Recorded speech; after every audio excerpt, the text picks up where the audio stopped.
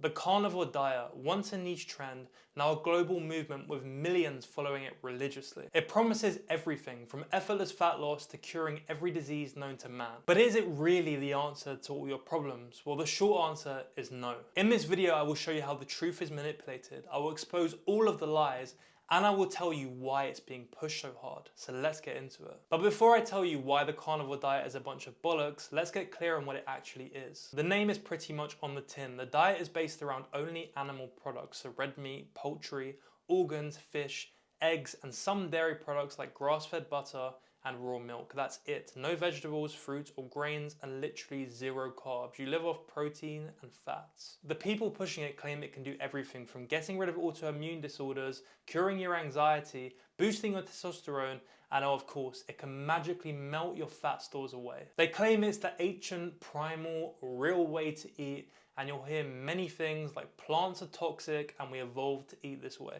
It's made out to be the ultimate diet that will cure all of your health and your life's problems, and that eating any other diet is basically poisoning yourself. And it's claims like that that are cited by endless moronic gurus that have made it so popular in the first place.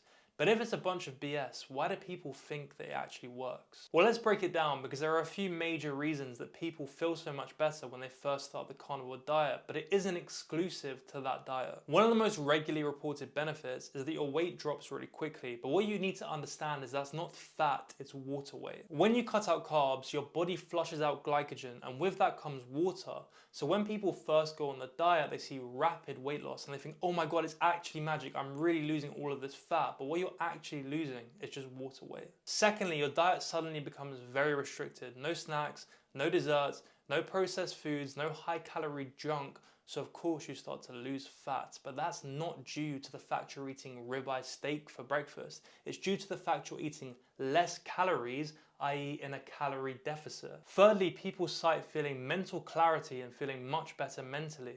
But think about it like this. If you go from eating takeaway 5 times a week, having 2 energy drinks a day, and loads of processed food, to none of that, of course you're going to feel better. It's not because you're eating steak and eggs, it's because you've cut out a lot of processed junk. And finally, there's a massive placebo effect and community bias. Online carnivore communities are basically like cults. I can guarantee you there's a few people in the comments of this video right now defending it like their life depends on it. People get sucked in by smooth talking influencers and the before and afters, and suddenly they believe anything they're told. The thing is, as humans, we want a tribe and we want an identity. So once you're in, you are going to believe anything that's said and defend it to the death, even when there's evidence that points against what you're being told. The truth is, the more energy, the fat loss, the better health, and the results are not unique to the carnivore diet. You can get that from a balanced diet that is based on mainly whole foods that includes fruits, vegetables, and foods that you enjoy. To prove this to you, let me disprove the 5 biggest lies, myths, and just absolute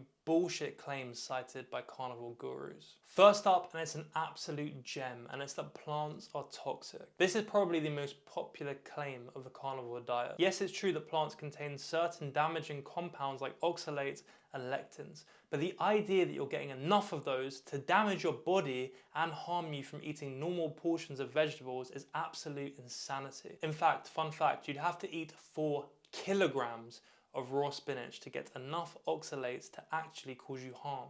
And with lectins, you'd have to eat raw kidney beans by the cupful to have any damaging effect. These compounds are also reduced and neutralized massively by digestion and cooking them. The risks are entirely theoretical, but the benefits of eating vegetables are proven by thousands of scientific real-world studies. Those same plants are also loaded with fiber, antioxidants, and micronutrients that are essential for long-term health. These compounds have been proven to reduce the risk of heart disease, cancer, and all-cause mortality in countless peer-reviewed studies. And do you know what's actually linked to disease? Diets that are low in fruits and vegetables. If broccoli was so toxic, why are people that eat it every day living long and healthy lives? Next up, my absolute favorite, carbs make you fat. Newsflash, they don't. Eating too many calories makes you fat. It doesn't matter if your calories are coming from raw steak or pasta. If you eat more calories than your body burns, you're going to gain fat. If you eat less calories than your body burns,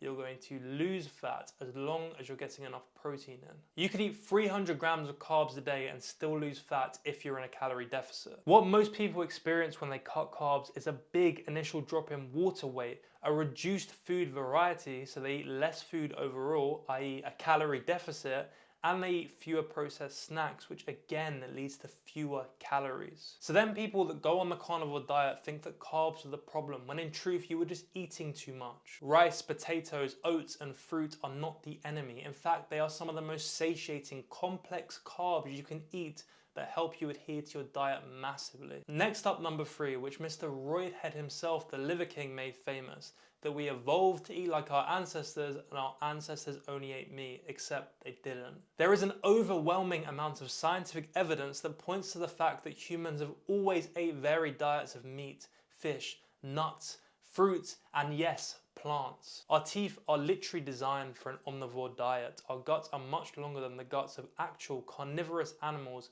and our gut microbiome thrives off a diverse range of foods, especially ones of high fiber. We are not cavemen. We are lucky enough to live in an age where most of us can eat a varied and balanced diet every single day, the ones that our body thrives best off. Number 4 is where it gets dangerous and it starts to piss me off, and it's when people claim that the carnivore diet cures everything from depression to cancer. There is absolutely zero large-scale or long-term evidence that points to the fact that the carnivore diet cures any disease or illness.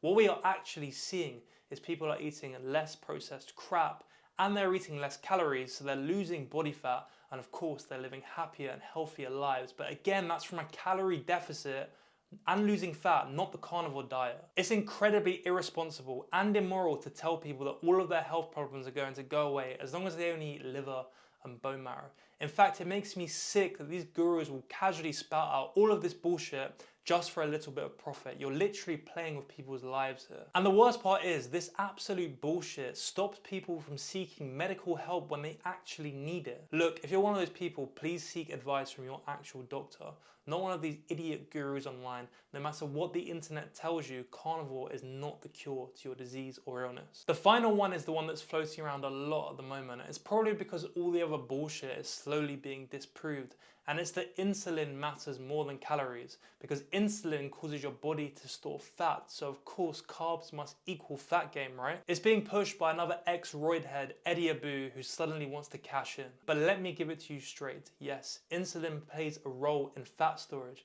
but it's literally supposed to do that. But you will not gain fat unless you're in a calorie surplus, full stop. You could be insulin spiking all day long on a high carb diet and still lose fat if you are eating fewer calories than you burn. That's just basic thermodynamics. The insulin obsession is a classic bait and switch. It sounds scientific and smart, but it's completely divorced from real world results and actual biology. Eddie Abu and co don't know the difference between a macro and a micronutrient. They are simply reading scripts that their team gives them that they know is going to make them the most money and the most profit. And that brings me on to why the carnivore diet is being pushed so much. The truth is, to why carnivore and other fad diets are being pushed so hard is 2 things: money and virality. It's controversial and extreme, which brings in views and cash. Social media platforms tend to reward whoever is shouting the most controversial views the loudest. So to get ahead, many people resort to the boldest claims and promises of magic solutions, and the carnivore diet is the perfect fit. It simply sells. Carnivore cookbooks, supplements, and coaching. Hell, I've even seen carnivore retreats where you go away for a week and eat nothing but meat with a group of people. You have people building entire brands off the carnivore diet. Think the Liver King, Eddie Abu, and Paul Saladino. And whilst deep down they likely know they're chatting absolute bullshit and that none of what they're saying has scientific backing, at the end of the day it pays the bills, so of course they're going to carry on spouting garbage. Just remember this: every single time you hear someone say this is the one real true diet, they likely have something to sell to you. and they don't really mean what they're saying. Now look, for all the bullshit claims, I will give the carnivore diet this. It did get a few things right. Firstly, it advocates for no junk food at all, just whole foods, which obviously is a good thing, but you don't need to cut out junk food completely in order to be fit and healthy. You can enjoy a greasy burger or some chips here or there, and you don't have to feel guilty about it. Secondly, it ups your protein intake massively, which is going to help with fat loss, muscle retention, and keeping you full, which is of course great. But again, you don't need to eat the carnivore diet to get a high protein diet. You can eat a balanced diet. So yes, the carnivore diet does have some pros, but you don't need to go to that level of extreme to experience those benefits. Your diet should never feel like a punishment. You need to find the diet that works specifically for you. And hey, if that's the carnivore diet, that's great. Stick to the carnivore diet, but don't try and push it on everyone else as the one true diet and a one-size-fits-all diet, because that's just not the case. So is the carnivore diet an all-knowing magic diet that's going to cure all of your problems? No. But overall, I do believe the message of eating less junk food and more whole foods is a net positive on the world. If it works for you and you like eating that way, then eat that way, but don't let any guru convince you that eating broccoli is poisoning you and eating ribeye is going to solve all of your health problems and burn all of your fat off in 2 weeks. The best diet is the one that helps you reach your individual goals and one that you could eat for the rest of your life. If you want some help finding the best diet for you and you want to work with me one-on-one, where I provide you with guidance step by step and everything I know about fat loss to help you get in the best shape of your life and stay there for the rest of your life, book a call down below. If this video helped, leave a like, share it with a friend and subscribe, and I'll see you in the next one.